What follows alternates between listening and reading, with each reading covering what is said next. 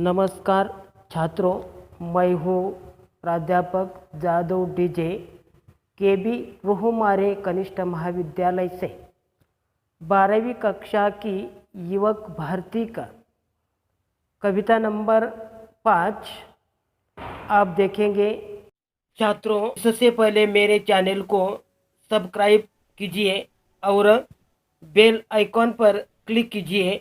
इससे मेरे सभी वीडियो का नोटिफिकेशन आपको मिल जाएगा। कि पिछले ताशिका में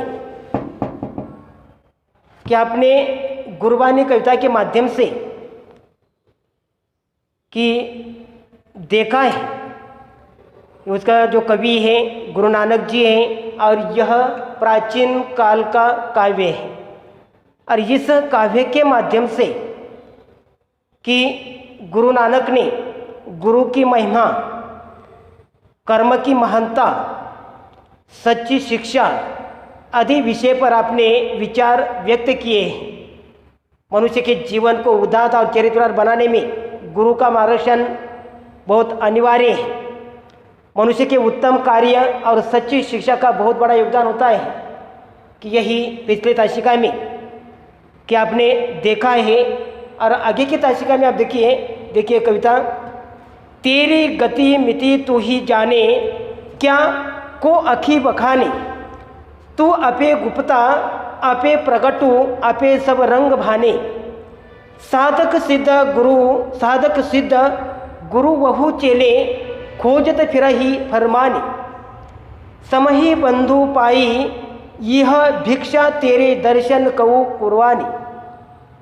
उसी की प्रभु खेल रचाया, गुरुमुख शोभी होई। नानक सब जोग आपे बरते, तुझा और न कोई। किया इस पद के माध्यम से कि कवि गुरु नानक जी ने कहा है कि तेरी गति मिति तू ही जाने, क्या को अखी बखाने, तू अपे गुप्ता अपे प्रगटू अपे सब रंग भाने। साधक सिद्ध गुरु वहु चले, खोजत फिरही फरमाने। समाही बंधु पाई यह भिक्षा तेरे दर्शन कऊ कुर्बानी।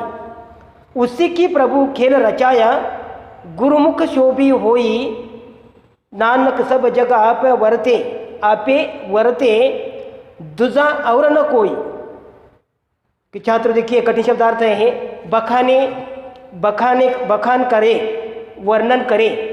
गुप्ता अप्रकट गुप्त, प्रगटु प्रत्यक्ष, सब अनेक, साधक भक्त, जुग युग, अपे अप। कि इस पंक्तियों के माध्यम से गुरु नानक जी ने कहा है कि हे प्रभु, अपनी शक्ति के सब रहस्यों को केवल तुम ही जानते हो। कि उसने कहा है कि तेरी गति मति तू ही जाने, क्या को अखी बखानी। कि इस पंक्तियों के माध्यम से कवि ने कहा कि ये प्रभु, अपनी शक्ति के सब रहस्यों को केवल तुम ही जानते हो, उनकी व्याख्या कोई दूसरा नहीं कर सकता। और इसलिए तुम अपे गुप्ता अपे प्रकटू अपे सब रंग भाने। कि उनकी व्याख्या कोई दूसरा नहीं कर सकता। तुम ही अप्रकट, तुम ही अप्रकट रूप भी हो और तुम ही प्रकट रूप हो। कि ये प्रभु, कि तुम अप्रकट रूप हो और तुम ही प्रकट रूप भी हो। तुम्हारे अनेक रंग हैं, अगणित भक्त सिद्ध गुरु। अब देखिए कि इसलिए उसने कहा कि साधक सिद्ध गुरु वहु चेले, खोजत फिरही फरमानी। इस पंक्तियों के माध्यम से गुरु नानक कहते कि तुम्हारे प्रभु, तुम्हारे रंग अनेक हैं, अगणित भक्त हैं, अनगिनत भक्त हैं, सिद्ध गुरु और शिष्य में ढूंढते फिरते हैं। आप देखिए कि इसलिए तुम्हारे अगिनत जो भक्त हैं, सिद्ध पुरुष हैं, गुरु हैं और शिष्य में ढूंढते फिरते हैं। हे प्रभु, जिन्होंने नाम स्मरण किया उन्हें प्रसाद। आगे जाकर देखा है कि समही बधु पाई ये भिक्षा तेरे दर्शन कहू कुर्बानी। कि इस पंक्तियों के माध्यम से उसने बताया कि हे प्रभु, जिन्होंने नाम स्मरण किया, कि जो भक्त तुम्हारे नाम स्मरण करते हैं उन्हें प्रसाद भिक्षा में तुम्हारे दर्शन की प्राप्ति हुई है। कि जो प्रभु, जो भक्त हैं तुम्हारा नाम हमेशा हमेशा के लिए नाम स्मरण करते हैं, तो तुम्हारे जो भिक्षा है, प्रसाद है, कि तुम्हारे उसका दर्शन की प्राप्ति हुई है। कि उस प्रसाद के माध्यम से, उस भिक्षा के माध्यम से कि प्रभु तुम्हारे दर्शन की प्राप्ति हुई है। और आगे जाकर उसने कहा है कि उसी की प्रभु खेल रचाया गुरुमुख शोभ हुई। कि इन पंक्तियों के माध्यम से उसने कहा है कि प्रभु, कि तुम्हारे इस संसार के खेल को केवल कोई गुरुमुख ही समझ सकता है।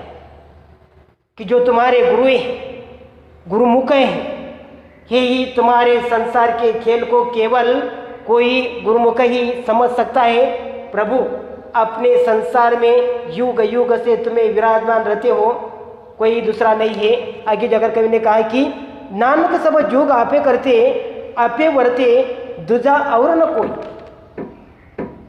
कि उसमें गुरु नानक जी कहते हैं कि प्रभु, अपने ही संसार में युग युग से तुम्हें ही विराजमान रहते, कि संसार में युग युगों से तुम ही विराजमान रहते हो और दूसरा इस संसार में विराजमान होने वाला कोई नहीं।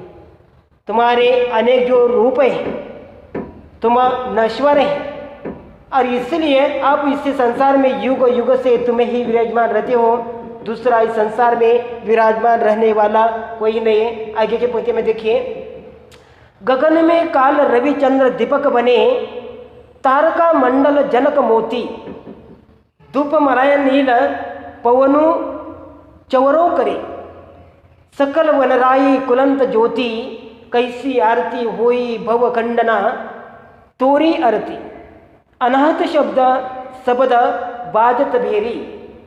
कि इन पंक्तियों के माध्यम से गुरु नानक जी कहते हैं कि गगन में काल रविचंद्र दीपक बने, तारका मंडल जनक मोती, धूप मलय नील पवनु चवरे करे, सकल वनराई कुलंत ज्योति, कैसी आरती हुई भव भव खंडना तोरी आरती, अनहत शब्द बाजत भोरी।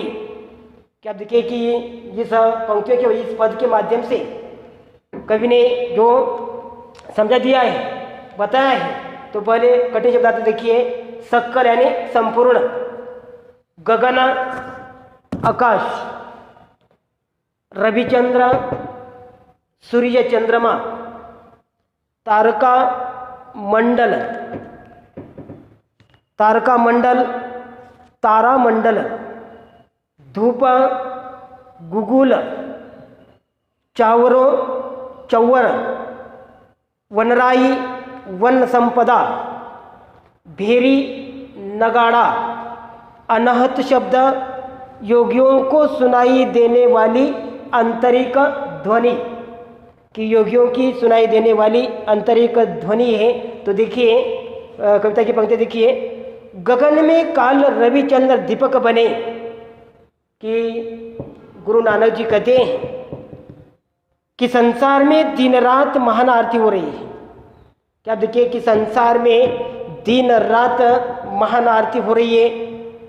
आकाश की थाल में, आकाश की थाल में संसार में दिन रात यह महान आरती हो रही है, और उसी थाल में सूर्य और चंद्र के दीपक जल रहे हैं। क्या देखिए कि आकाश की महान थाल में दिन रात महान आरती हो रही है, और वही आकाश की थाल में सूर्य और चंद्रमा के दीपक जल रही है। क्या देखिए कि दिन रात, रात के समय चंद्रमा है, अनेक तारे सितारे हैं, और दिन के समय यह सूर्य है, यह दिन रात जलते रहते हैं। हजारों तारे सितारे मोती बने। क्या देखिए कि इसलिए कवि ने कहा है कि तारक मंडल जनक मोती, कि हजारों तारे सितारे मोती बने हैं, और यह सभी आकाश की थाल में, कि संसार में रात दिन महान आरती हो रही है। मलई की खुशबू हवा वाला धूप गुगुल महक रही है। कि मलय पर्वत के ऊपर से आने वाली जो हवा है, और इस खुशबूदार हवा के कारण यह सभी वातावरण महक रहा है, सुगंध आ रही है, वायु हवा से चवर कर रही है कि धूप मलय नील पवन चवर करे। क्या देखे कि मलय पर्वत के ऊपर से यह बहने वाली जो हवाएं सुबह के समय शाम के समय का इस हवा के कारण कि वातावरण आह्लाददायक लगता है, खुशबूदार वातावरण लगता है। और इसलिए कवि कहते हैं कि वायु हवा से चवर कर रही है, जंगल की सभी वनस्पतियाँ फूल चढ़ा रही है। क्या देखे कि सकल वनराय फुलत ज्योति, कि सुबह के समय शाम के समय सभी वनों में, कि सुबह के समय आप देखिए कि जंगल में तरह तरह के फूल खिलते हैं, शाम के समय भी तरह तरह के फूल खिलते रहते हैं, और इसलिए वनस्पतियाँ फूल चढ़ा रही है। हृदय में अनाहत नाद का वाद्य बजा रहे हैं कि इसी वातावरण के कारण कि साधक के मन में, साधक के हृदय में कि अनाहत जो नाद का वाद्य बज रहा है। हे मनुष्य, कैसी आरती हुई भवखंडना, तोरी आरती अनाथ शब्द बाजत भेरी।